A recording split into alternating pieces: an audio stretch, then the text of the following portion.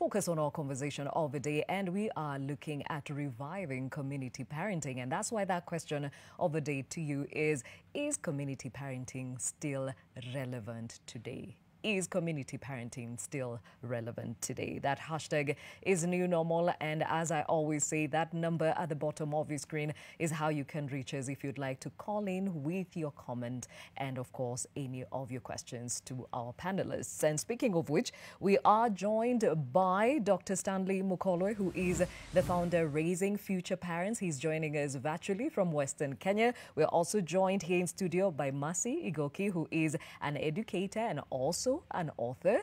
In the other studio, we're joined by Murithi Muithia, who is a parent, and Christine Jerry, who is a student. Thank you all for joining us on this conversation. Dr. Mukolwe, I'll start off with you. We've asked the question, is community parenting still relevant today? Perhaps this will be a good place for you to kickstart the conversation. Is it? Well, it can be made relevant. The thing is that at the moment, it's not happening, especially in the urban centers, but there are ways to make it relevant. When we grew up, we were raised in communities, but I must say that each family took responsibility for passing on values to their own children, and the community was only responsible for upholding those values. Okay, and when we say it can be restored, then first of all, can we understand the definition of community parenting? Well, when you talk about communities, there are people with common values. And so in the African context of parenting, people lived within villages. Now, different ones understand the concept of village differently. But the basic thought here is that if you go to rural Kenya or really anywhere in rural Africa, within a radius of, say, half a kilometer of your house, the people within that radius are your relatives. Your uncle is next door, your aunt is next door, your grandpa is next door. And generally, because they are family relations, they have certain common values. Now, this is not to say that all the values are good, but they are common to the families. So when a child is raised in a home and is found out there not adhering to the family values, the community, which was largely made of family members, had the responsibility of restoring that child. And if they did so along common and accepted ways of discipline, then the child had no recourse, because wherever he turned or wherever she turned, there were boundaries that ensured good behavior. Aha. Okay. And speaking of which, I think, Mercy, at this point, being an educator for as long as you have, and also having grown up in a time where community parenting was actually very rife, what is the value of it? Well, thank you very much, Gladys, for that question. The value of community parenting is that the child is accountable to everyone. It's not just your parents. And of course, like Dr. Mukolwe said, previously people used to live in communities. They lived together. And most of the times you find that in a certain radius, most of the times the people were from the same family. So the values were the same. Today, things are, of course, are different. People are very, very busy. Also, we have brought in other people in our communities, so they may not necessarily be family members. So that has diluted the community parenting. And of course, there are other factors that have come along. People are busy looking for money, and therefore we have, to some extent, we have lost community parenting. But I would also want to say this, that it's not all communities. There are some communities in Kenya that still believe in parenting together. Yeah, like in the rural areas and in some communities like in the northeastern, you find that they really value the input of the family members. You find an auntie is very, very important to the family. An uncle, very, very important to the family. But of course, that we are slowly losing that with time. Okay. Yes. Now, let's just perhaps put it into perspective for those that are growing up today and do not understand what we're talking about and how it was done back in the day. When you remember how you grew up, Just paint a picture for us. Yes. How did it look like? How did it look like? Completely different. I grew up in the village. I'm a village girl. And I was born by my mother. And I belonged to my grandmother. I belonged to my auntie, my uncle, our village mate, you know, our neighbors. I belonged to everyone. So that we were not allowed to misbehave. Even I wouldn't say on the streets, but on the road, as we are going to church, we are going to school. When we saw an adult, we saw our parent. When we saw a lady, I saw my mother. When I saw a man, I saw my dad. I saw people responsible over me. And that's how it was. And it was not a big deal. It was very common for boys and girls to be beaten up by people who are actually not your parents, not even relatives. Guys who are not your relatives will find you misbehaving maybe on the road as you're going to school, and they'll just take a cane, chap at you, and you dare not report at home because you'll be beaten the second time. Yeah. So that's how it was. It was so easy. We were looked after by everyone. We belonged to everyone in the community. Yes, and of course that we've lost that for various reasons. Okay. Yeah. Marithi, you also grew up at a time when this was actually very active. What do you miss about growing up then? Thank you for having me on the show, Gladys. It's true, I grew up in the days when community parenting was alive. And I miss exactly what Igoki has shared, because then everybody in the community was your parent. Everybody in the community could take responsibility to discipline you, to guide you, to give you advice. The person next, your neighbor, was your parent, was your mentor, was your guide. So we no longer have that in the community. So I guess we will have to be intentional about community parenting now that things have changed this far. Okay, and what are some of the things you see today that would never have happened back in the day in that village setup? Well, I beg your pardon, the question? So what are some of the things that you see today that would never have been entertained in that community parenting setup? Perhaps you can pick one that stands out for you. There is a behavior of children in the community. I think the way children even behave before the elders, the way they behave in the society, because you see, back then, if you behaved, the next person who is watching you will take responsibility and discipline you or correct you. But I think, I mean, right now you cannot even have any parent moving in to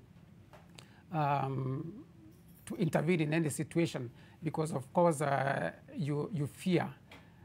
Even parents themselves get to the point where they are not, they will not approve of you disciplining the child, you know. You get in trouble with the parents because they themselves are not approving of anyone else getting involved in the parenting of their children. So, I mean, there's misbehavior in the society, there's lack of respect to the elders, and those are things that are happening in the society today that you never would have thought that you would see back in the day. Interesting perspective. So let's talk to the one who is youngest amongst us, and this is Christine. She is a student, so you can imagine she clearly does not understand what any of us is putting across to you. So when you think about community parenting, is this something that you have seen, at least tried in the place that you've been brought up in, or what they're saying sounds like a history lesson? Well, for me, I think part of my life I experienced community parenting, but when I grew up, like when I got to 18, I don't want to be parented by just anyone. Age 5, 7, fine. But now I am a grown-up, I don't want it. And when you say you don't want it, what exactly are you against?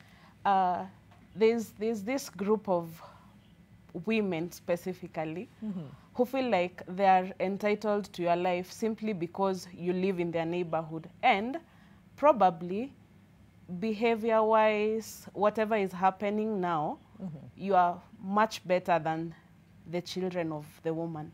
So you'll feel like your life is being scrutinized. Yeah. Okay, so would you feel, are you saying you kind of feel like they're preaching water to you but taking wine? Yeah. Aha. So if somebody who lived by what they say was to actually parent you or at least exude authority over your life, would you be more recipient of that? Or reciprocative of that? Well, it really depends with the situation, because for some parents, dressing is an issue, but for my parents, the dressing is not an issue. So you'll find somebody else's parents is not okay with something that my parent is okay with. So I'll kind of not follow that. Aha, now I see. And I think Dr. Mukolwe here, it is so important to actually underscore that modernity has also played a huge impact on community parenting. Talk about this. Yeah, what Christine is mentioning there is speaking about a community that lives together, but that does not share similar values. See, the city has given us, has got houses in communities, and people can live next to each other. Let's take, for example, the Nyumba Kumi concept. It's a great concept, but the people in the 10 homes don't necessarily share values. They are a community by virtue of neighborhood. And unless they intentionally choose to adopt values that they can pass on to their children, that community is functionally dysfunctional. And so what she's talking about is a situation where the neighbor's values and her mother's values are different, and that you expect in today's communities. Now, the older communities had similar values. That is not to say they were perfect. They were not. Because when there's sibling rivalry, for example, and your father tells you, don't go to Uncle so-and-so's house because his wife is a witch. Well, you know, you grow up, you avoid those cousins until you meet on campus, and you realize they're very nice people. And you dig back into it and you realize that the wife was never a witch. It's just the sibling rivalry. And so on the one hand, community parenting did help. On the other, we must not glorify it as the solution to our issues. But we do need to form communities with good values, which can be upheld within that community. That has to be intentional. Okay, now before we get to that, let me hear from Mercy. So if community parenting as we knew has been diluted by modernization, then what do we need to intentionally do to now skew it to today's needs? Wow, thank you very much for that, Gladys. But allow me to just mention something that Dr. Mokoro has said. The reason why we have a challenge with the community parenting today is because of the values. You find that you are in a community, but people are coming from very different schools of thought. So what one family values is completely different from what another family values. So you find you're in the same locality, you're in the same community, yes, but like he has said, it's community by location, not by values. So that becomes a big challenge. So what we need to do, in my view, we need to revisit our values. We need to revisit our values. That may be a big challenge because, I mean, we will not force people to get to believe what we believe. But again, I would go back to our families. Let's instill values to our children from our families, so that by the time they are going out to the community, they already have the values from home. Now, even though the values will be different because we are coming from different families, I want to imagine that to some extent there's a way the children and the community will influence each other, and then that way we are able to parent together as a family. And of course, we have the school. Our children are not only at home, you know, because you are talking about the community like it's only at home. Our children are also in school. Our children are in church. Our children are with their friends. So as a family, we need to instill values. So that even as our children go out to school, the school also impacts whatever it is that they need to impact. Our children will come out strong. Okay, now, Murithi, this is interesting because we have the best intention, but at least the logistics might not really work for us because as it is today, you might not even know your next door neighbor. So define community parenting today. Community parenting today has to be very intentional, Gladys, because, of course, as you're saying, you may not be able to do it with the person next door or your neighbors. So community parenting now has to be defined by common values. Excuse me. That the fact that it can cross the, let's take, for instance, in the city. The person that you're parenting with may not be the parent who lives next door, but the parent that you share values with. And that you can come together, brought together by common values, common beliefs, and you can agree to watch over each other or be accountable to each other because you share common values. And so it does not have to be geographical. It can be, you're able to reach out through groups like, or rather mediums like the church.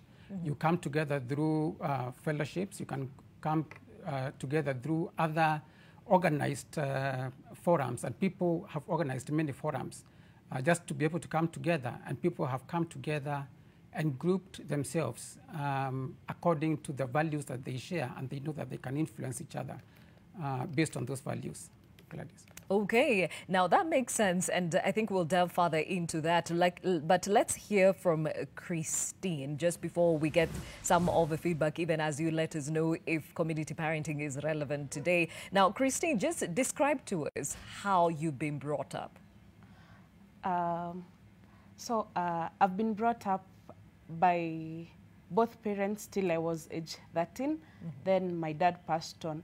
So from, let's say, 3 years to 15, I was okay with the neighborhood.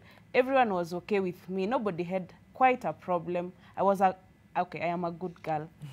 So no one wants to fight me. But now there is an issue. Now that I have grown up, I no longer see things the same.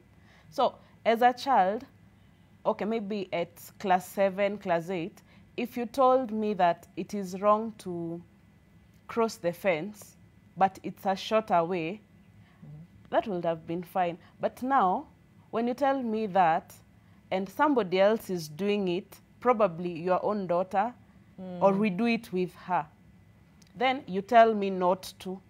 Maybe I'm in a hurry, maybe I missed a class, maybe, yeah. So when you tell me that, I'll find it not okay. Okay. Now, help me understand. Now that your mom has brought you up now, most of your, teenagehood into your young adult life, are there things that she stands for that are similar to perhaps those around you? Okay, yeah. Like what? She can't do piercings on the face. So I just threatened her, I want a tongue piercing. And she's like, I'll go to the hardware, get cement, mix, then tutaifunga. Yeah. Okay. What else? So I think wearing off shoulder to church or to family events. Also, short dresses she doesn't like. The community doesn't also appreciate very short dresses. Yeah. Okay, and when it comes to discipline, how has she always gone about that? When we were younger, we used to be caned, punishments. Okay, I remember there was a time we were being thrown out of the house until you say sorry to the one you wronged. But now, because we were young, that was fine. But now, if you do that to me, I'll get mad. I might want to run away from home. Yeah, so how I am being disciplined right now is maybe a talk would do if it's not serious, but if it's something serious, somebody else will be called. Aha. Yeah. And somebody else will be what? A family friend, a relative, who? Mostly it's a friend to my mother. Aha, so there is a bit of community parenting there, right? Yeah. Okay, we'll explore more about that in a moment. Remember, the question of the day to you is community parenting. Is it relevant today? That hashtag is a new normal. If you can have some of that feedback, Hesbon says, to some extent, though, it can be controversial. Anyone taking part in a bringing of a child other than his or her biological parents cannot have full right to the same child in matters that require legal parental consent. Okay, we hear you, Hesbon. Philip says, no, the parent will scold or even report to the police station. Okay, Philip. Valentino Oiro says, it's the best way to parent children. There will be many more eyes around to correct any social ills. Vinio Calvin says, the modern day society has evolved from the olden days communal to today's individualistic society. The prevailing philosophy is me, myself, and I. There is nothing like we. Okay, Vini, thank you. And the last one here, Justice Ongondo says, it's my children. Are my children society try? It's my children. The society trying to correct one and serve your jail time peacefully. I see you. Mind your own business is what Justice is saying. And I think a lot of that is seen today. And perhaps, Dr. Mukolo, you can talk about the impact of the same. We've seen stories both on mainstream and social media about wayward behavior in our children today. Talk about individualistic parenting playing a part in this. You know, back in the day when communities were more involved, let's say, for example, you took a bus. As a growing up child, if an older person walked into that bus, you just stood up, or another person in the next seat could actually reach out and hold you so that you give the seat to the older person, or a pregnant woman walked in. The values were known all around.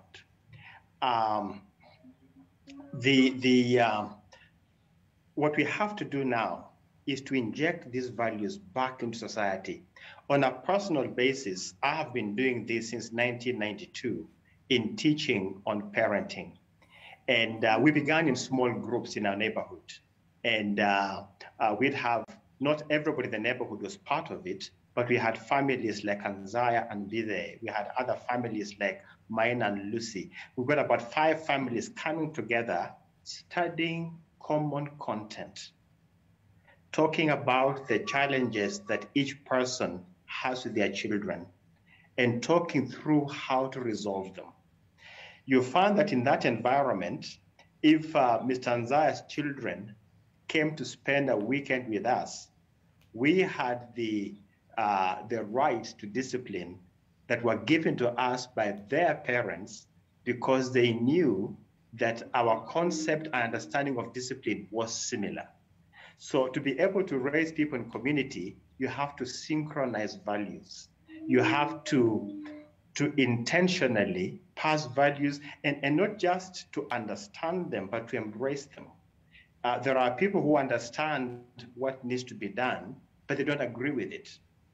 And so if my children came to your house and did not eat, let's say, for example, on Friday evening at our house, we eat ugali with bitter herbs, okay?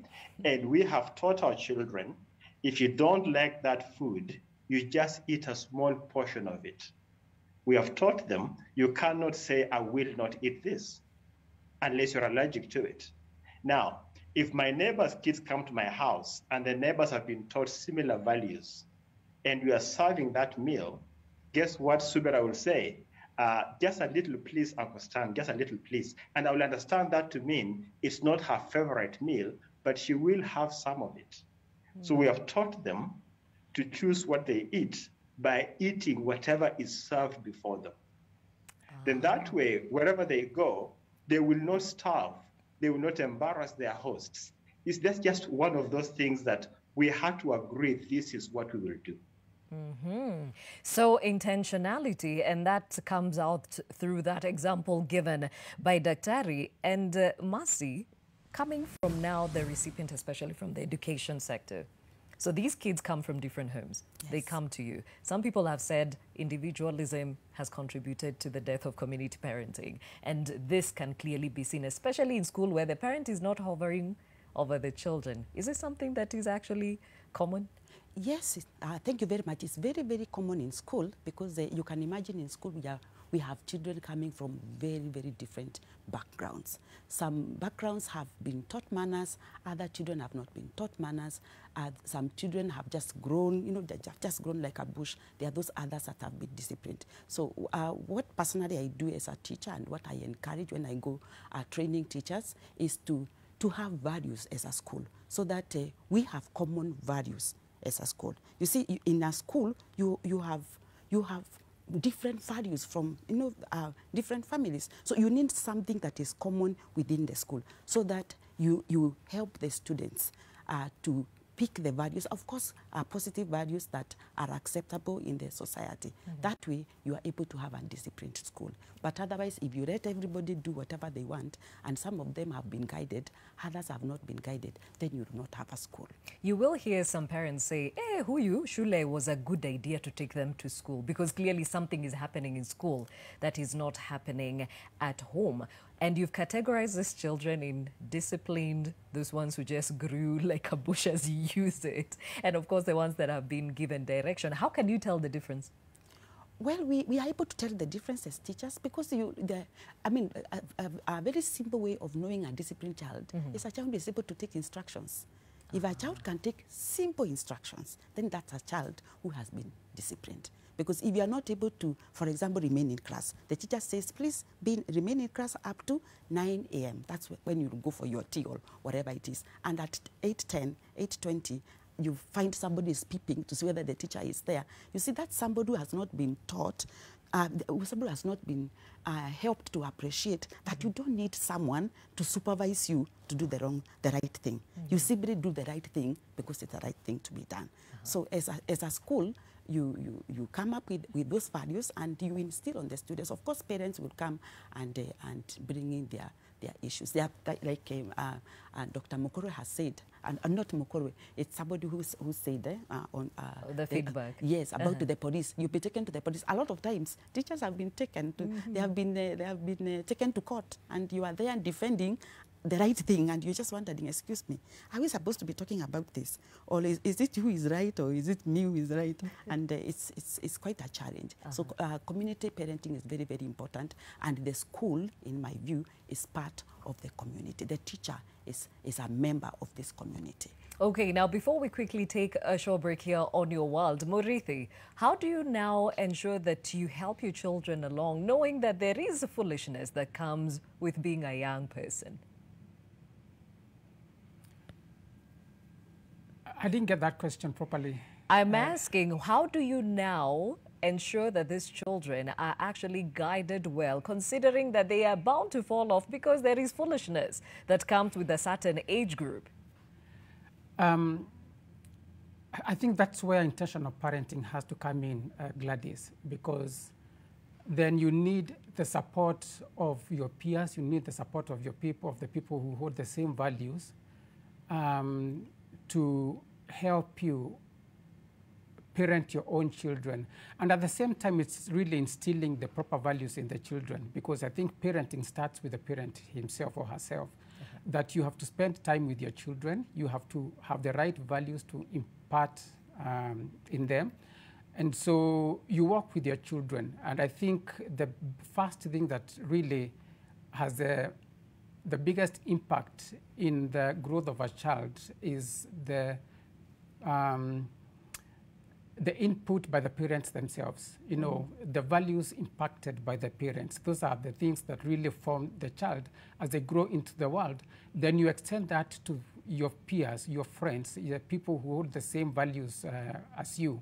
then you include them in your circle of friends or people that you interact with, people that you visit each other with, people that you allow your children to go and play with, and children that, you allow them to go.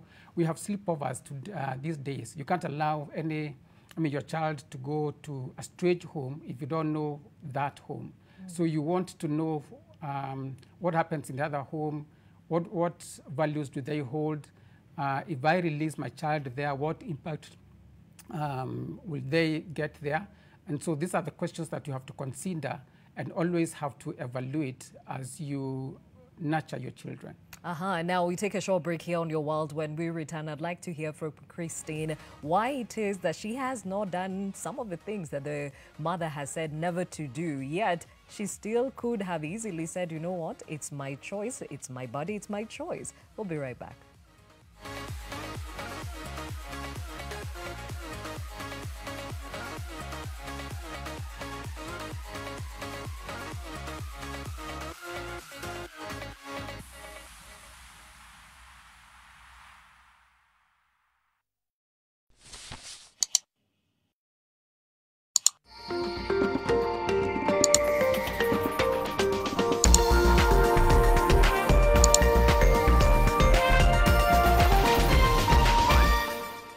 Customer preferences are changing daily.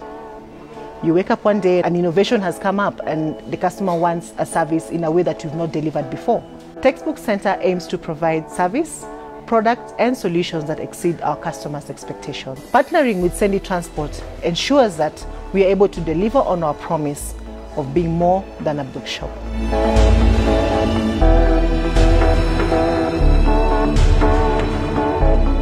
Did you know at Ruiru Mabati Factory, we offer free delivery within the same day? Did you know at Ruiru Mabati Factory, you can open an account and lipa pole pole at your convenience? Did you know at Ruiru Mabati Factory, you can get customized sizes according to your roof plan to avoid wastage? Call us now on 0111 050 700. Ruiru Mabati Factory, mali safi kwa bei poa.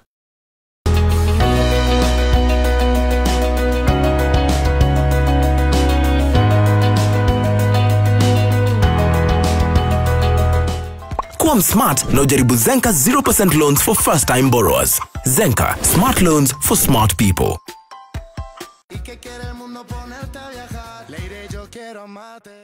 Hello, Rizzo. Tammy, we already warned the guard and he's already safe under police protection. Rizzo, something else. Charlie suddenly wants to do a concert. I think it has something to do with his uncle. As soon as I know something, I'll let you know. I think we could catch them there. Did you do what I told you to do? Did you kill the mole? Well, when I got there, sir, the apartment was empty. I couldn't get him.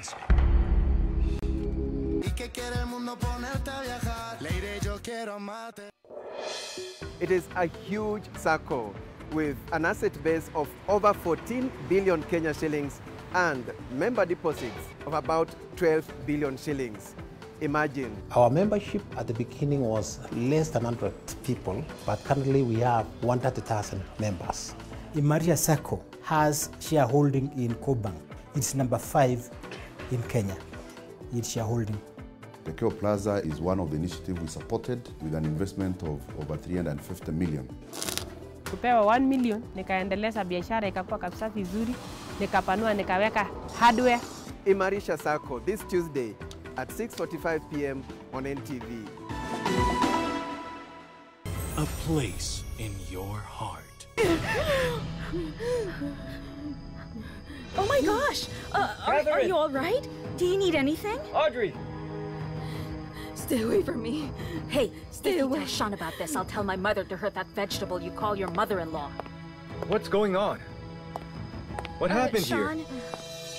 Well, Audrey here, her phone fell into the pond earlier. She fell into it while she was trying to get her phone. I'm just glad I was here. Are you okay? A place in your heart.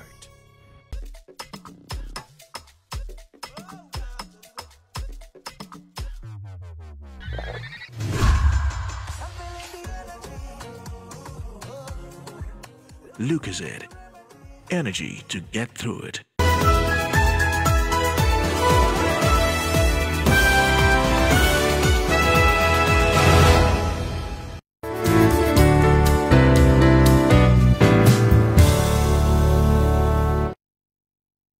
AMRC's objectives are aligned with the government's affordable housing pillar of the Big Four agenda. Visit any of the participating financial institutions today and start your home ownership journey. Kenya Mortgage Refinance Company, unlocking liquidity for affordable housing.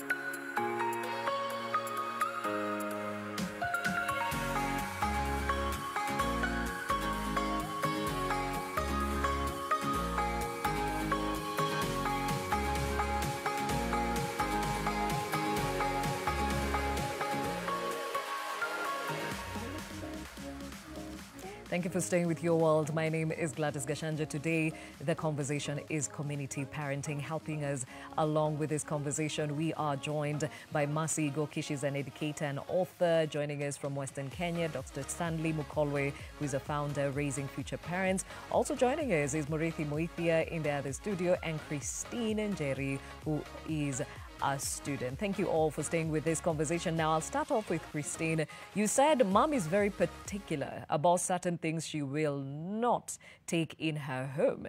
How come you have followed this through, yet you are brought up in the urban center where people are said to be a little bit more modernized and more open-minded? I think it's just a personal choice, because I know if I pierced my nose today, nothing will happen. Honestly, nothing will happen. But the fact that she doesn't like it, I have grown to accept. So I don't even have interest in a piercing, a face piercing. I am not interested in tattoos because she doesn't like them. Like, she has instilled that in me, that in such a way that I just can't go away from that. Okay, now some of us grew up where the fear of the Lord was instilled in us. Literally, you knew if you went wayward, you will be beaten almost to a pulp. Now, you said she talks to you more than even cane you, yet this has stuck with you. So is it the respect that this is coming from mom, or it's something that you just don't like? Okay, it's I would want to have a face piercing, but I can't. She won't beat me, but she won't be happy, and she always tells me things. So once you are told something thrice, 4 times, you just don't want to do it. So it's out of respect. Yeah. Okay, so today when you grow up and become your own person, move out from home, you perhaps would think about it, or do you think that will follow you? It will always follow me, because I don't like. Okay, I have started judging people with the face piercings according to what I've been told. So if you have a piercing on your tongue, you're what, you're what. So yeah. Okay, now earlier you mentioned that you have a hard time with adults that tell you do not do something, yet themselves they do it or their children do it. Yeah. Are there things about mom that she is categorical not to do and she also lives by that word? For her or for me? For both of you. Like, she says this does not happen in this house, and it's not because you're just a child. She also does not do the same. Okay, yeah. For her, she doesn't. Yeah. So she actually lives by what she tells you to do. Okay, now, Dr. Mukolwe, the reason why I'm underscoring this is because somebody said indisciplined parents will not bring up disciplined children. So if you tell them one thing and do another, right there is a problem. Talk about this. Yes, and what Christine mentioned there is really critical. Here's a statement parents need to remember. Children are learning even when parents are not teaching. What do I mean by that? They observe you. your tone of voice, your behavior. Parents have good intentions, but children don't experience intentions. They experience your words, they experience your actions, they see your facial expression. And so you can tell them all you want. You know, dad says you should not drink, but he is drinking. So the child concludes, when I become an adult, I can do what dad says, you know, what dad says I cannot do. So they look forward to age 18 as being the time where they break off the barrier of being a child and do all the forbidden things. Therefore, parents must model what they teach. In fact, modeling, you know, there's a phrase that says, values are caught, not taught. When you model something, the children catch it. They see it in action. They see that you believe what you're talking about, and they will also believe it. Just like Christine has said, you know, the things her mother is enforcing in her life are the very things she's applying. She gave the other example. A person says, don't cross there, but their own child crosses there. That has no meaning. So it's when you hold the values and live by them. This even includes our faith. Children who are raised in a home where the faith values are upheld, not just spoken about, will also follow that faith. So it's critical that we model what we teach. Interesting. And let's take some of the feedback at this point, even as we ask you, do you believe that community parenting is still relevant today? That hashtag is new normal. If you can have that feedback. We have one here from Boutiques who says, mothers can't allow that. What exactly can they not allow? Community parenting?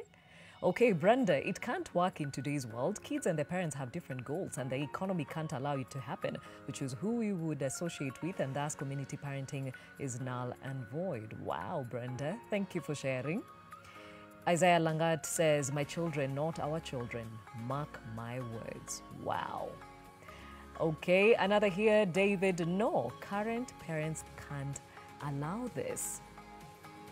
Okay, now, Mercy, I'm hearing something here. So, a child is looking up to the adults. These adults also have different standards as to what good behavior is. The neighbor, your relatives, and then your parent at home. And then when you go to school, there's a teacher who also stands for something else. How is this child supposed to figure out what is right from wrong? Well, thank you. Actually, Gladys, sometimes we confuse the children. We really confuse them. This issue of role modeling is a challenge. We will find, allow me to say this, you'll find a daddy saying, do not smoke. But this daddy is smoking. In fact, sometimes he even sends the child to go and buy a cigarette. The teacher says, don't smoke.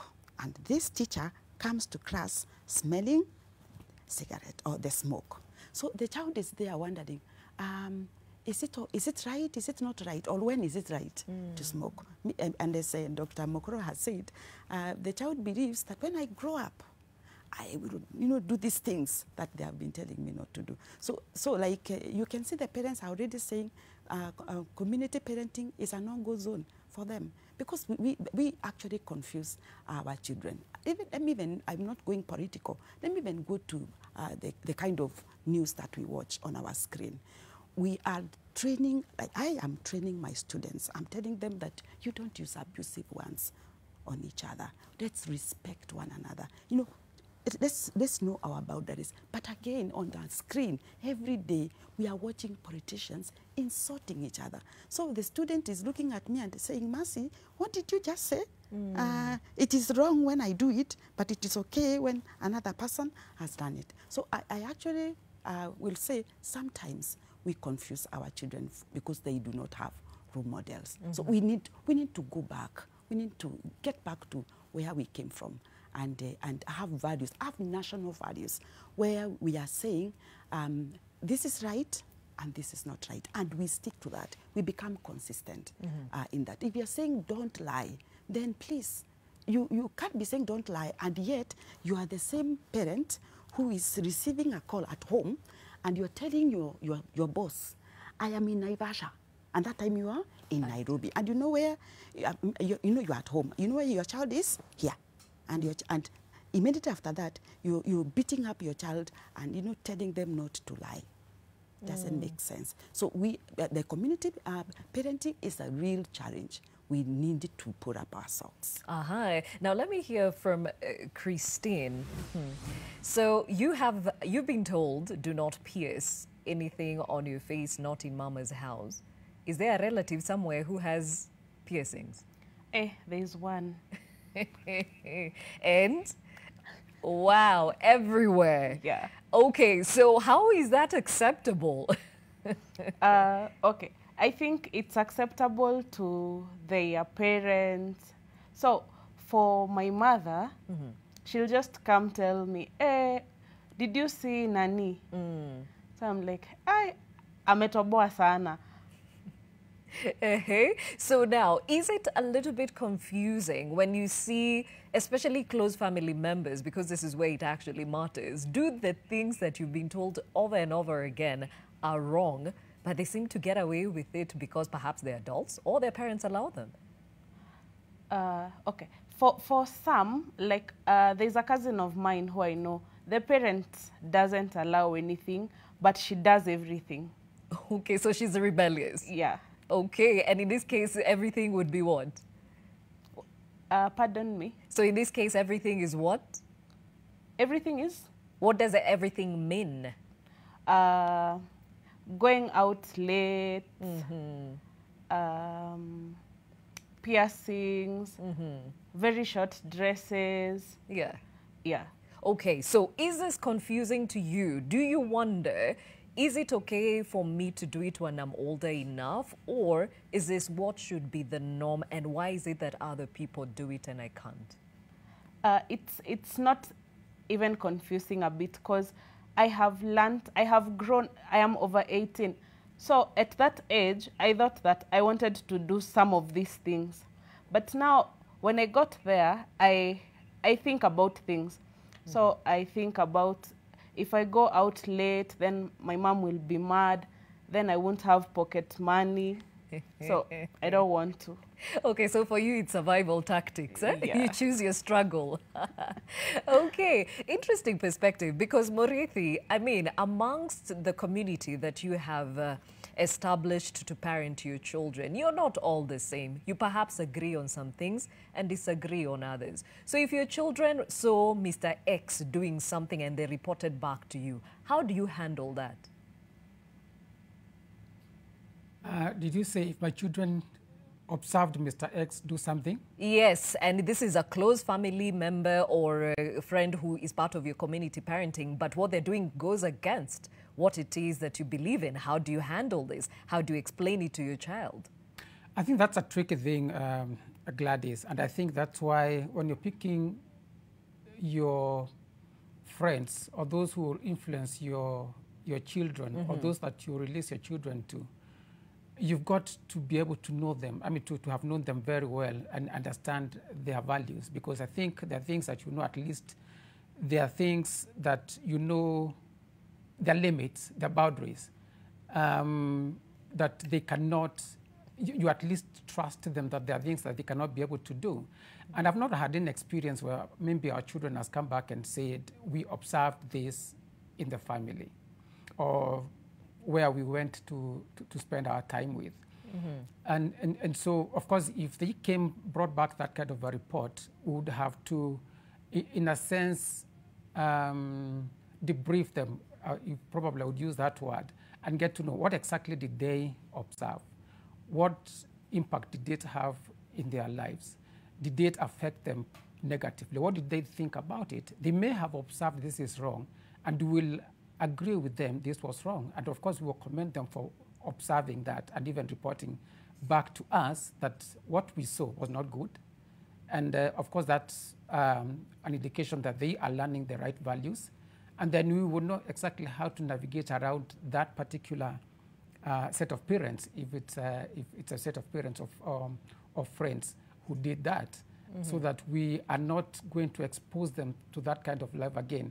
Because then you've got to affirm to the child that what they saw, based on the values that they have learned, and they themselves have concluded, we saw this and we didn't like it, then you've got to commend them for that observation. And then, of course, you will know how to handle your relationship with the other person.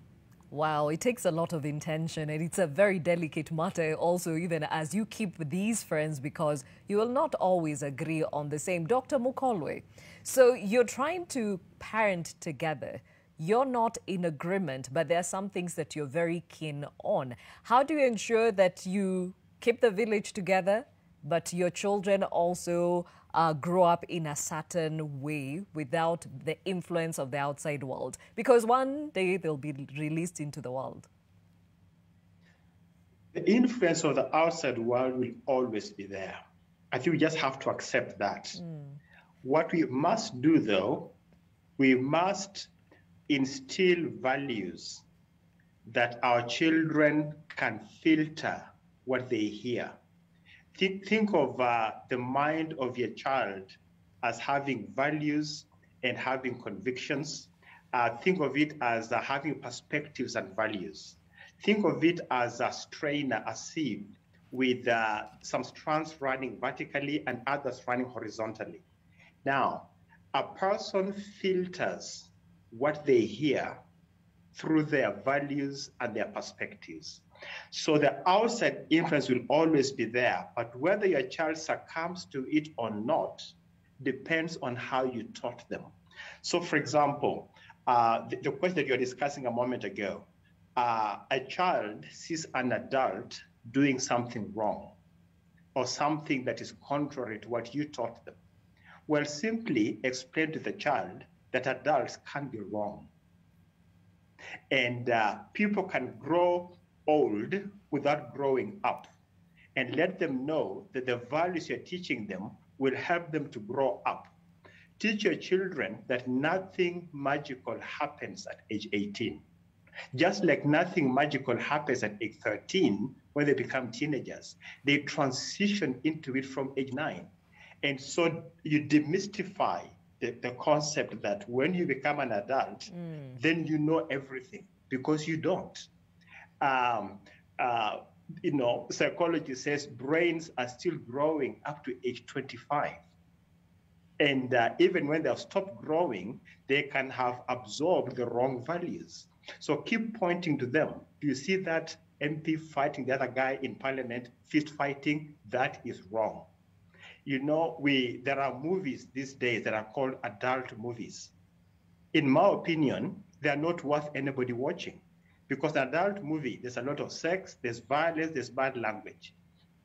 In the raising of our children, those values are not good for anybody of any age. But because society labels them adult movies, the child grows up knowing I can do the forbidden when I become 18. So you have to keep on reinforcing the message by showing them publicly, showing them life, how life works out. Or so-and-so lied. It is still wrong, even though he is a person of interest in society. So just keep on rubbing it in. What did you observe? Yes, that was wrong. Or perhaps a teacher makes a mistake at school and judges your child wrongly. On the one hand, you want your child to have respect for the teacher. On the other hand, you want to help the child process what they went through. So you're asking him, did the teacher have all the information before they made that decision? You process it with them. And when you go to meet that teacher, you don't do it with confrontation. You know that you and the teacher need to be on the same page because you have the same common goal, the success of that child. Your teacher is proud when a child succeeds. So you work as a team, and what Mercy was saying earlier on, even that is part of the community. So we need to influence each other and work together. Now, somebody said earlier on that community parenting can't work today. People raise their own children. Well, the reality is that the majority of people are not even raising their own children. The majority of people today have delegated that to the house help and moved on to provide for the child without raising that child. And so when that child becomes a teenager, the values the child has adopted are not even agreeable with the values of the individual parent who supposedly raised them. when in fact they didn't raise them. They provided, but were not there to raise them. Oh, wow. That is profound. And Mercy, this is something that teachers have said they can pick out in school. How then do you try and help out this child? Because again, as we said, community parenting also happens within the confines of the school, because that's where, just like I spend so much time at work, the child spends a lot of their growing up life in school. Yeah, there is need for the teacher and the parent to work together. Very, very need for the teacher. And no wonder CBC has come with the parental engagement as one of the pillars. The role of the parent is critical. The role of the teacher is critical. The two parties need to agree on the common goal. And that is why you'll find some schools that are very well disciplined and, with high performance, there's a lot of collaboration between the teacher and the parent. That way, you are able to agree on the value system of the child as far as when they are in school. And of course, the encouragement, because the school is not an IRAD, the school is part of the community, the encouragement is whatever happens in school, let it happen at home. And whatever is at home, let it happen at school. And I want to agree with Dr. Mokorwe that some children actually grow up with other people and not the parents. The parent, the parents, some parents will be saying, it's my child. But when you look at it critically, it's actually not their child. Allow me to say this. The child spends most of the time at school. So the child is with the teacher. So the child is getting most of the influence from school, from the teacher and the other children. When the child comes home, finds both the parents, especially the urban parents, the parents are not there. They're at work. They have gone to to look for money, and we need money. So whom would the child be with? With the house help or other relatives that are at home. Now, the mother, the father will come in very late, very tired. The thing that they want to do is eat, take a shower, and sleep. Next morning, and the story continues. During the weekend, that is when parents, especially the urban parents, will tell you, I spent my weekend with my people. But in the real sense, they didn't spend time instilling any values on their children. Why? They went out for nyama choma. But who actually didn't they go out with for nyama choma? It's their boys and girls. Mommy's friends and daddy's friends. The child was there, yes. Or the children were there, yes. But the children were with the mother at the bouncing castle. So at the end of the day, actually, who is bringing up this child? Even though the parents are saying, they want to keep away everybody else. They want to own the children and just feel it's my child. That, of course, I'm not suggesting that we let children be with them, being guided by everyone. But I think we need to appreciate that there is a place of the parents themselves to parent their children intentionally. And I like what our parent is saying, intentional parenting, where the way you create time to have a meeting in the office. You create time to have a meeting with your business partner, a meeting with chama, women and their chamas. Yes. We have time for chamas. I personally believe we can have time with our children, intentional time, such that if you have 4 children, you have time for the 4 and you have time for each one of them, because the children are different. They're different entities. They look at life differently. So get to understand each and every of your child individually, even though you are a family. That way, we will now be able to release the children. Please, before I go, allow me to comment something on what the parent has said and Dr. Mokorwe regarding adults not behaving well. And our children will come and question. I personally believe that if we could instill discipline in our family, when children go out and find others not behaving well, they will be able to differentiate. They will know this, Baba so-and-so, Mama so-and-so has done this, but it is not right. They may not even verbalize it, but they will know at the back of their minds that whatever so-and-so did, even though he's an adult, was not right.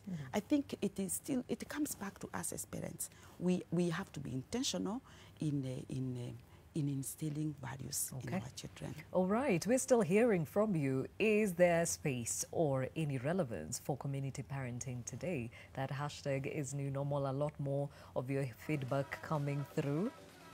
We have Ezekiel Owor who says, long are those days gone. Nevertheless, I remember those days with nostalgia. All right, Ezekiel, thank you. We have Masi Sifuna who says, not at all, because nowadays parents confine their children's issues to themselves, and woe unto you if you touch their child. Community parenting is non-existent today. Thank you, Masi. Matthew Zondoro who says community parenting died a long time ago when the young people nicknamed parents as mbuyus. Try correcting someone's kids and you will be called umchawi. Matthews, the slang or shag you're using betrays your age. Michi or Mickey Mark says, since people adopted the my life, my choice, shika mtoto wa mwenyewe ujue Kanairo ni kubwa. We hear you. Noble says it's relevant because the child will grow up well-groomed in all aspects. And then we have Lagat Senior who says community parenting is a story of the past. Well, you can clearly see there is a mixed feeling around community parenting, but clearly there is a lot of value that came back in the day with how communities parented their children. And today there seems to be gaps. So who are we going to be blaming, ourselves or the communities around us? And if we want to do or make a change, what can you as a parent ensure you can instill in your own children and ensure that the bigger community somehow helps you preserve it? We'll be right back.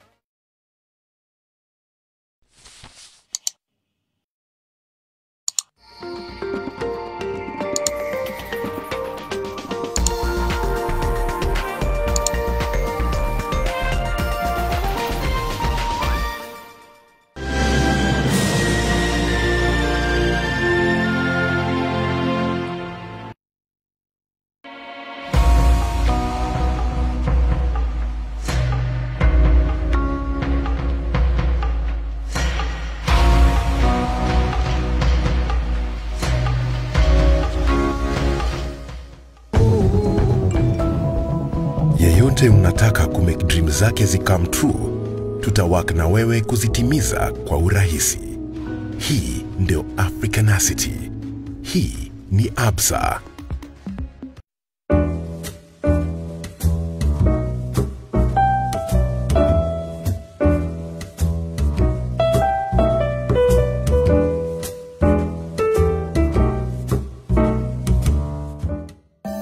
Your baby's quite active. After I discovered Molfix, I rediscovered my baby. She's jumping and running around. Well, we call that the Molfix Comfort. Thanks to its elastic side bands, Molfix provides freedom of movement for your baby. All babies deserve a high-quality diaper. You should also try Molfix. I'm growing up, I'm growing into every moment. So nurture the moment. Minute Maid Nutri Defenses, fortified with vitamin E and zinc to help improve your defense system. Fresh fried ginger has ginger oil, which is good for a healthy living lifestyle. It combines wonderfully on salads, stir fries, when basted on roasted meat, or simply sprinkled on your favorite dish. Now available in 250 ml, 500 ml, and 1 liter.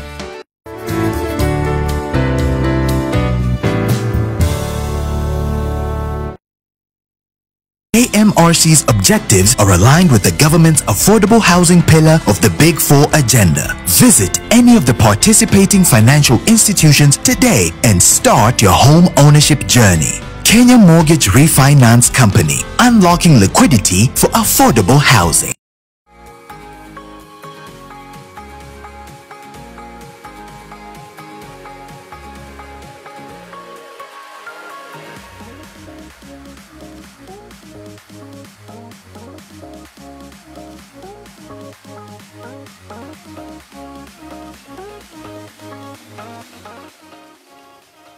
It is your world. My name is Gladys Gachanja, still speaking about community parenting, and a lot of your feedback coming through on that hashtag new normal, even as we understand from you if you think there's relevance of community parenting today. But before we get back to that conversation with our panelists, let's take a look at the other world. Now, Philippine boxer turned politician Manny Pacquiao declared on Sunday he will run for president in 2022, ending months of speculation about whether the legendary fighter would seek the country's top job.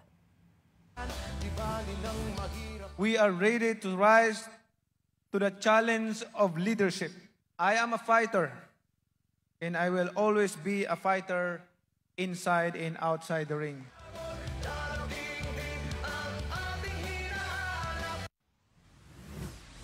Now, whilst the parliamentary election campaign dominated by the climate emergency rumbles on, mountain lovers and scientists alike mourn the irreversible melting Germany's last glaciers. Now, a report published in April of 2021 by the Bavarian Ministry of the Environment estimates that 250 liters of water leak out of a glacier every 30 seconds. At this rate, it and the other 4 German glaciers will be gone by 2040. Now, scientists have no doubt that the disappearance of the glaciers is due to global warming, which is leading to even higher temperatures in mountainous regions.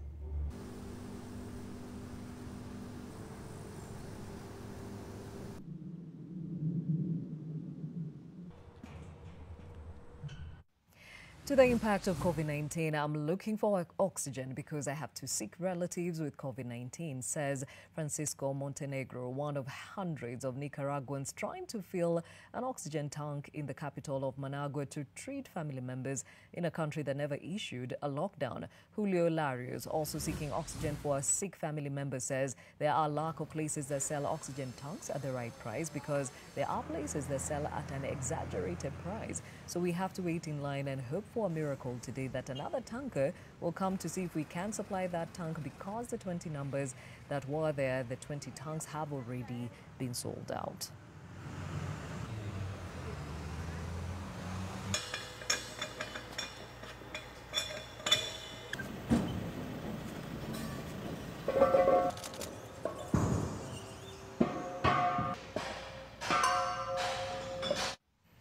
Elsewhere, Iran reopens museums in Tehran and other cities after more than a year-long closure because of the COVID-19 pandemic. A country with a millennia-long history, Iran has an abundance of 746 museums, including 170 in the capital. According to Mohammad Reza Kagar, the director of museums at the Ministry of Cultural Heritage and Tourism and Crafts, the museums in Tehran and other large cities that are no longer red-coded, meaning the risk of contracting the virus was very high, reopened on Sunday. We are absolutely delighted, and we think that people are too, because we were fed up with staying at home, and visiting museums improves their mood. Tourists and visitors are welcome to return while observing sanitary measures.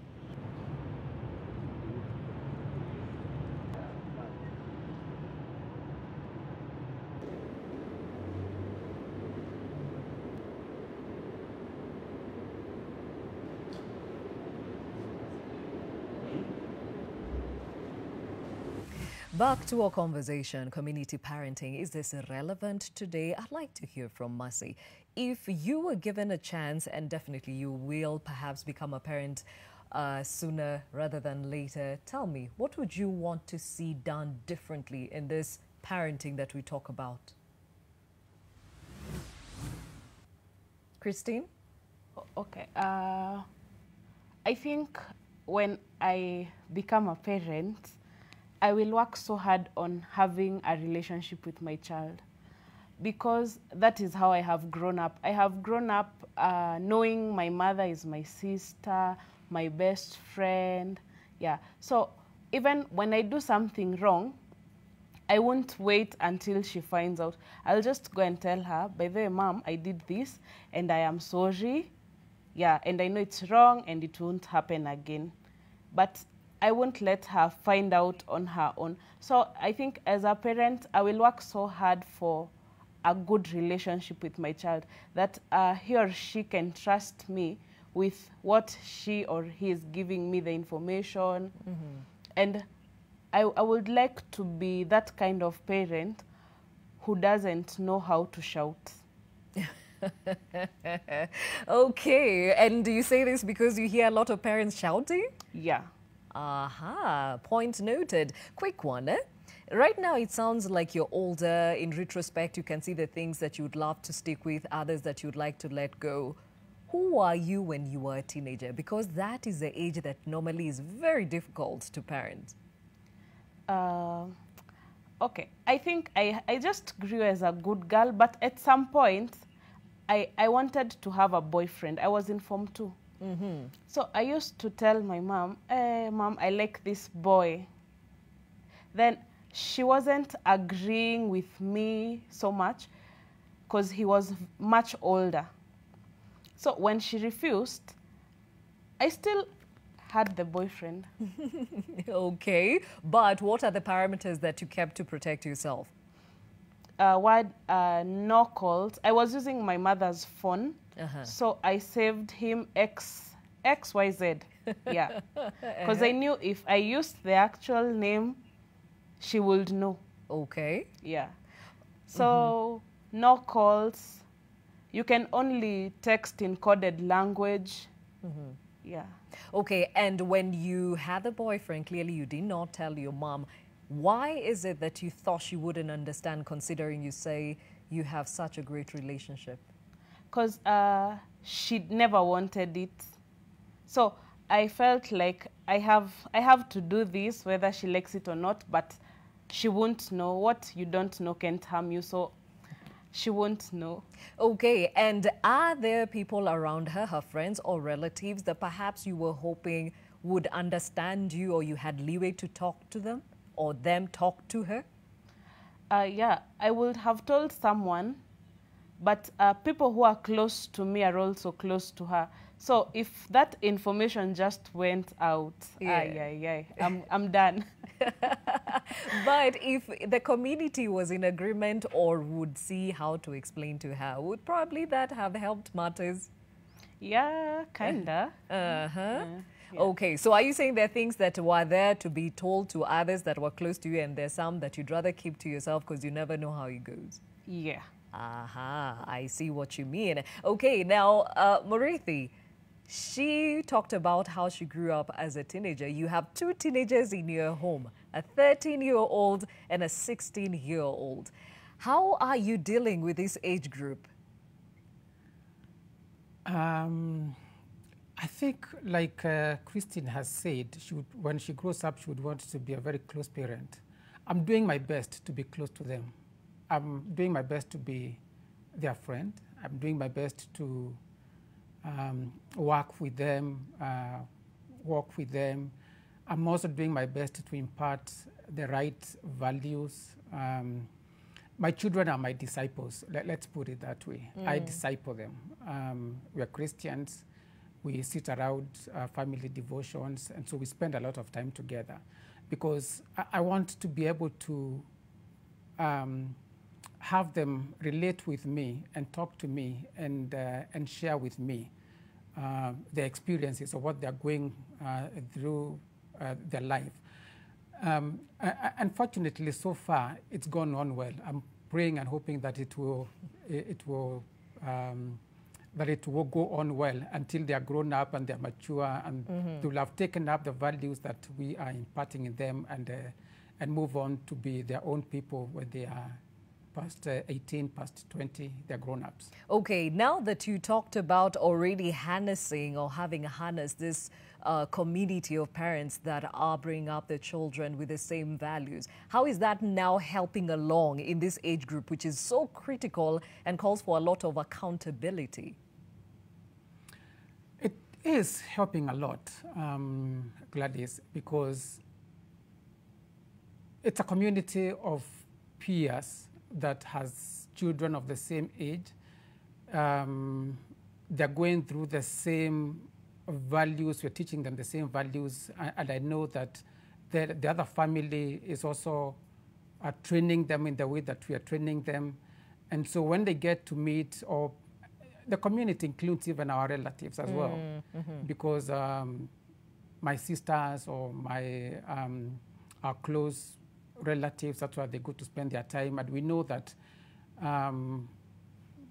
these relatives are, in a sense, their parents, and we know the values that they uphold.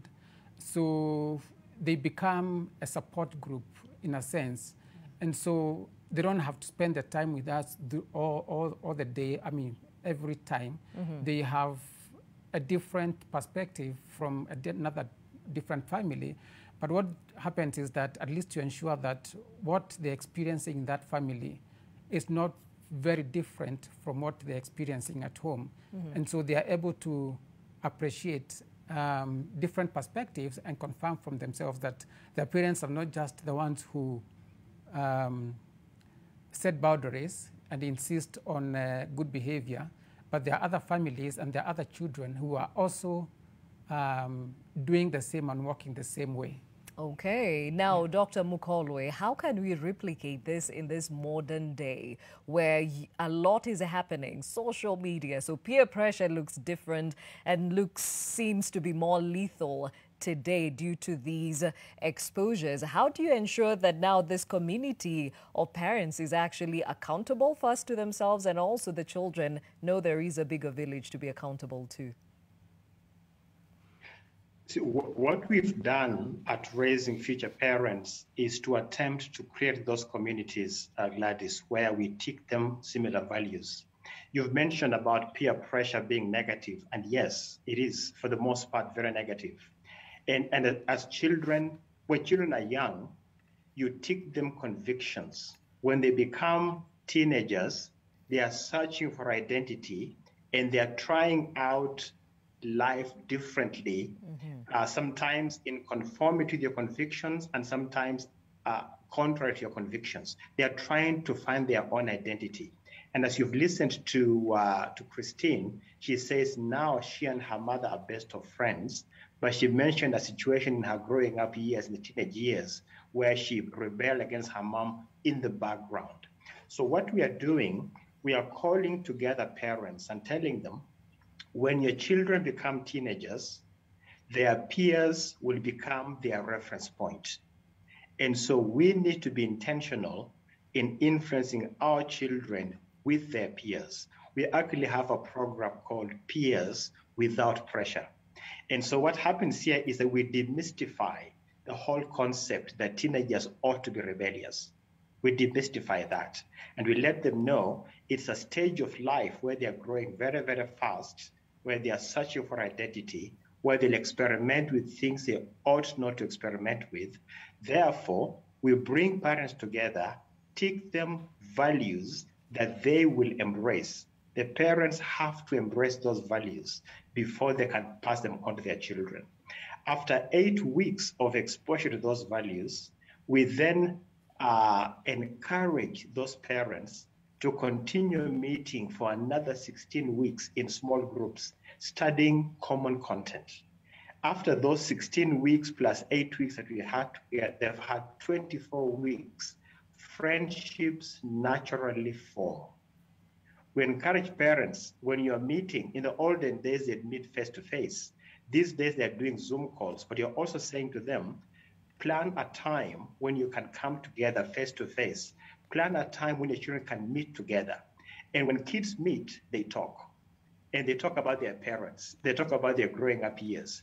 And when they begin to realize that the values that are being taught in their homes are very similar to the values in the other home, those children begin to be attracted to one another.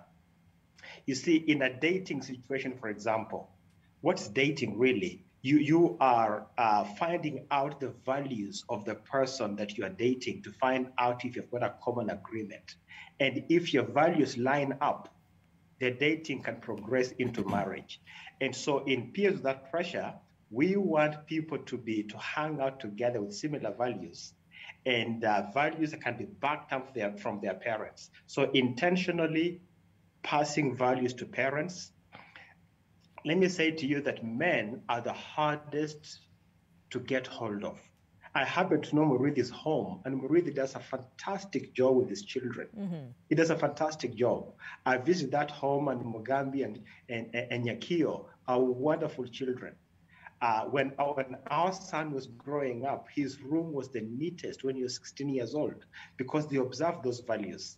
Now, so the intentionality of passing them on in a classroom setting and then encouraging the parents to meet together in a community setting and allow their children to interact with one another.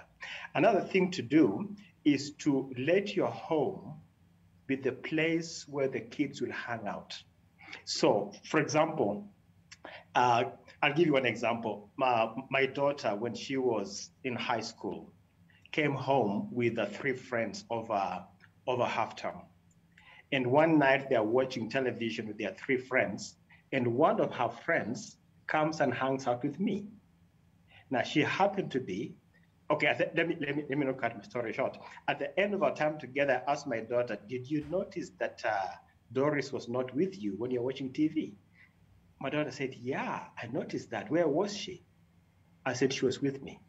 So now Doris came from a single parent home and had never really observed a father in action in a home. So she comes home with my daughter. She notices how I refer to my daughter affectionately. She notices how we relate, and something clicks in her. So when the others are watching TV, she is sitting with me, in a sense, interviewing me. I didn't know her background, but she saw something and was attracted to it.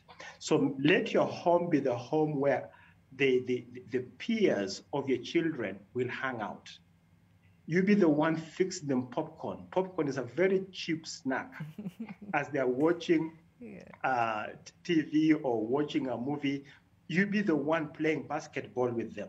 You be the one reading stuff with them. You be the one saying, hey, let's do dishes. For some of them will see the man for the first time doing dishes, and they don't know how to handle that. They just have to join you. So living the life by example. In that particular situation, I remember our son being a little hesitant. Friends of his had come home for his birthday, and they wanted to watch a movie. And, you know, it was okay for them to watch a movie and whatever they wanted to do, and let me and my wife do the work in the home. But here's what I did. I said to them after dinner, why don't you boys go upstairs and watch whatever you want to watch, and mom and dad will do the dishes. And one of the boys said, no, I'll come and help you. The way we presented it made it attractive for them to be involved in dishwashing. All 3 boys came and washed dishes with us, and then we watched movies with them. So that involvement, parental involvement, if it's the right involvement, makes a whole difference. You see, kids are tied up to gadgets, but the preferred playmate for children is the parent. You get home and try to play with that child, they'll put those toys away. But you have to begin when they are young. Wow. You have to win their affection. You have to win their attention when they are young. So when they become teenagers, it's a transition into it and not something new that's happening. Oh, wow. Very well put. And Marcy, somebody is putting this across. Judy says, the child is introduced into the world, for example, school, where they realize that what I have at home is not what the next person has. We might hang out together, but we are not the same in terms of the things we can afford, the places we can go, and the things we can actually bring to school. How do you help this young mind reconcile? Not everyone is the same. Not everyone comes from the same family, but you can have the same values. Thank you. Thank you very much. That's a very, very good question. Because we have schools. We have in school, children are coming from families that are enabled differently in terms of the financial and all that. Just like Dr. Mukuru has said, it is important to start some of these values from the beginning. As the child is growing up, take this child to different homes. That's why we even visit children's homes, so that your child can appreciate where they are at. And when you go to the children's home, they will see, oh, there are even others who do not have. And then the same way, take your child to other homes where they have more than you do. That way, your child will appreciate the different kinds of homes. So when the child goes to school and is packed for bread, because I know that is where mommy is touching. You know, a child is packed for bread, another one is packed for sausages, another one bacon. The one who is packed for just bread will hide and not eat and will go back with it at home. Of course, that happened. I mean, that happens even today. Even when my children are growing up, that used to happen a lot. But if a child has grown knowing that different homes have different items, including TV. You know, you visit your auntie, they have a big TV, you know, the full screen. It's the whole wall is a TV. And then maybe you have a black and white, those days of black and white. And then there's another one with one in the middle. A child will appreciate. Let me tell you something, and I like what Dr. Mukura said. Children are not stones. They understand. If something is said over and over again, not over a quarrel, it's a way of life. You explain it slowly by slowly in bits and bits. The child will understand that I am different. That's why even in disability, we will help the children to appreciate that we have children who are whole, and we have others who maybe have some disability. We have others who are bright, but we are all okay. We are all okay. We are only different. So what I would answer that parent is, let's do some of these conversations from the beginning. Slowly by slowly, as your child grows up, they will appreciate that we are different. It is okay. The child will understand. They are not stones. They understand. Okay. Yes. All right. So even as we bring this conversation to a close, let's start with the youngest again so that she can actually represent the young minds out there. Christine, you said what you would want to see or do when you become a parent. Are there things that you wish were done differently when you were growing up? Yeah, I wish I had a phone earlier, because I felt like I am missing out on a lot. But no one used to understand that I just don't need it for communication. I want to watch YouTube. Nobody understood that. So I think it's just that. Okay, and I feel like at some point, my mom was not strict. She relaxed a lot. So I had a hard time. Yeah, because these things that are supposed to be said over and over again were not being said as often. So I will forget, then I will feel bad that I have wronged her. Then I am like, she never told me. Okay, and she didn't repeat it because she was either not there as often or that was not her parenting style? Maybe we can say she got a lot busier at some point. Yeah, so the time we shared before and the time that we were sharing then, it was very limited. Okay, and I've heard over and over again that exposure to your peers, you know, that are being brought up by this community of parents goes a long way in also helping you understand how the world works. Is this something that you were given a chance to explore? Pardon me? Were you given a chance to explore, you know, hanging out with your friends at their homes and, you know, having a community of other parents that you also hang out with? Yeah, that used to happen a lot. But now that we have grown up, we have a lot of differences.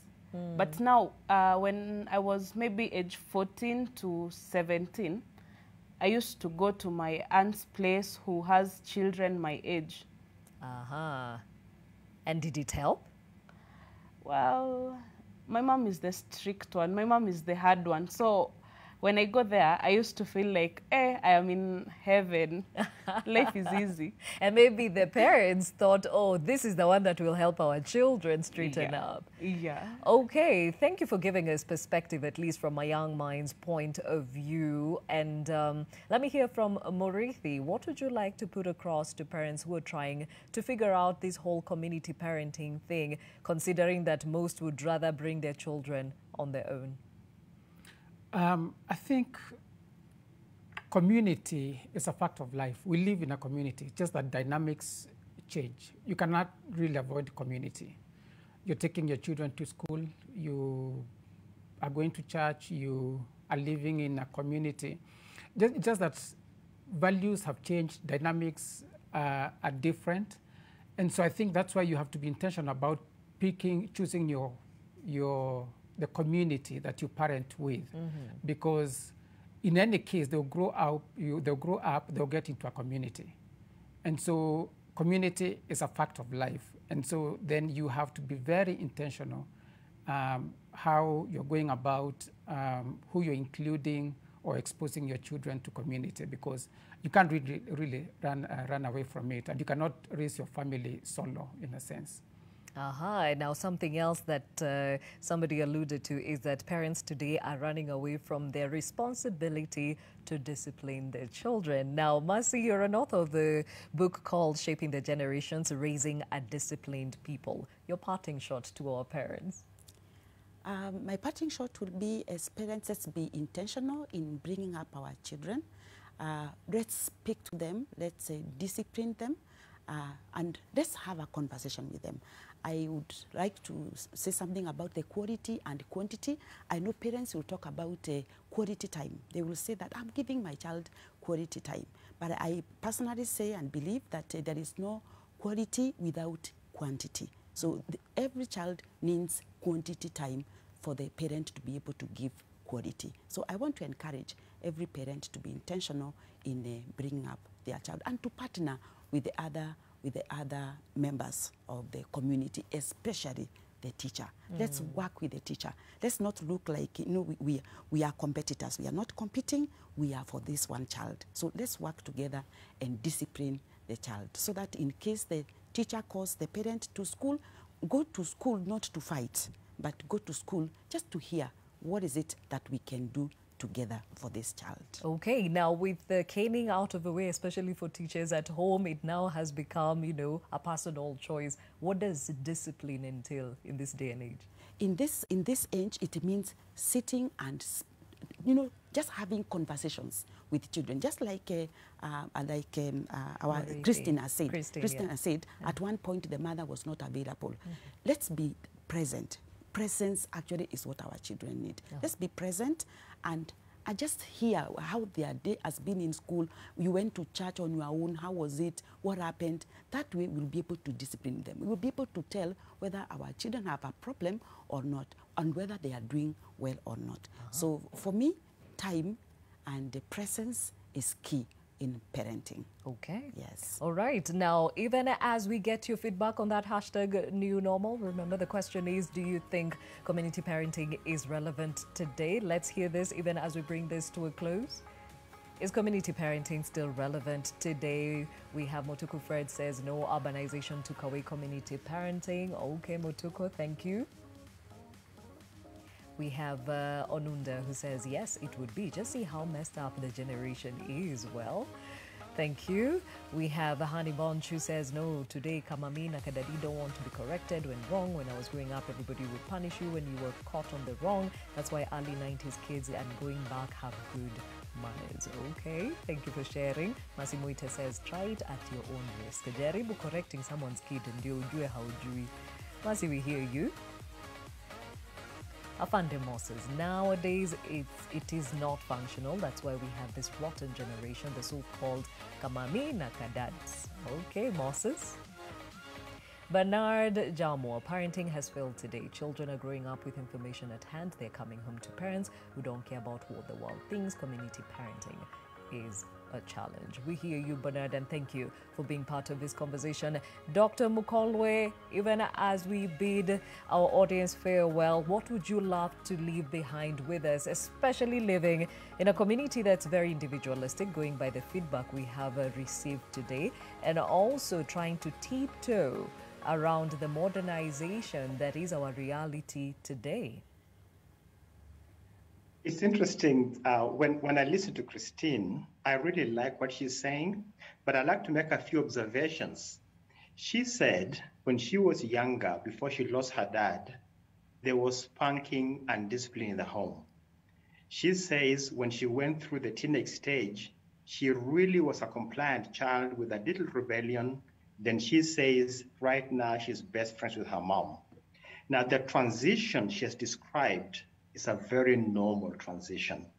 And when kids are young, the rules need to be there, the discipline needs to be there. As they get older, the conversations must be there. The children will not always agree with what you tell them, but the conversations do need to be there. But if there was never any discipline, you can't even hold any conversation. And then as they get older, they'll pick up the convictions. They realize mom was right. They realize dad was right. But there is no substitute for personal presence. On the issue of some people have more than others, therefore we are not equal. Children and parents need to realize that a person's life does not consist in the abundance of their possession. They need to realize that true success is not measured in monetary terms, it is measured in relationships. There are people with everything on the earth, but they don't get along. Teach your children that you are so much better off being in a family where you get along with moderate wealth than having everything, all the wealth you can, and not get along. When people grow old and look back on their lives, what they want to see is functional family relationships. So, and you won't see that looking back if you don't invest in it going forward. And so whether it's community parenting or individualistic parenting, children need to be parented. And once they are parented, you can't do it alone. You may try to protect your kids from bad company, but many times your children are the bad company because they were not taught. You know, we always think that they learn bad manners from other people. Sometimes our children are the source of bad manners. And so when you're not there, you don't know the convictions they have developed. And so my parting shot would be this. You can choose when to marry. You can choose who to marry. You can choose when to have children. You can choose how many children. But once you have them, you cannot choose when to raise them. And if you don't raise them, they will still grow, but you won't like what you get. So whether you do it personally or in community, you must be available, and you cannot delegate the relationship of your children to somebody else. Oh, wow. Very well said. And perhaps just to reiterate our topic of the day, is it relevant today? Community parenting, that is.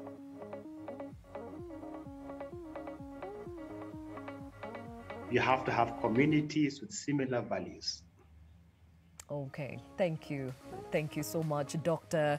Mukolwe, who was joining us from Western Kenya, where he has traveled, but he still made time for us. He's the founder of Raising Future Parents. We're also joined by Mercy Goke, who's an educator and author, Murithi Muithia, who is a parent, and Christine Jerry, who is a student. And she actually gave us a lot of perspective in as far as how children view parenting and how adults act or behave around them. Well, tomorrow, let's remember that cancer is the third leading cause of deaths globally, and in Kenya, more than 3,000 children die of cancer every year. So as the world observes the Childhood Cancer Awareness Month, these grim statistics bring to sharp focus the lay-down interventions for childhood cancers in Kenya and what more needs to be done to save our children.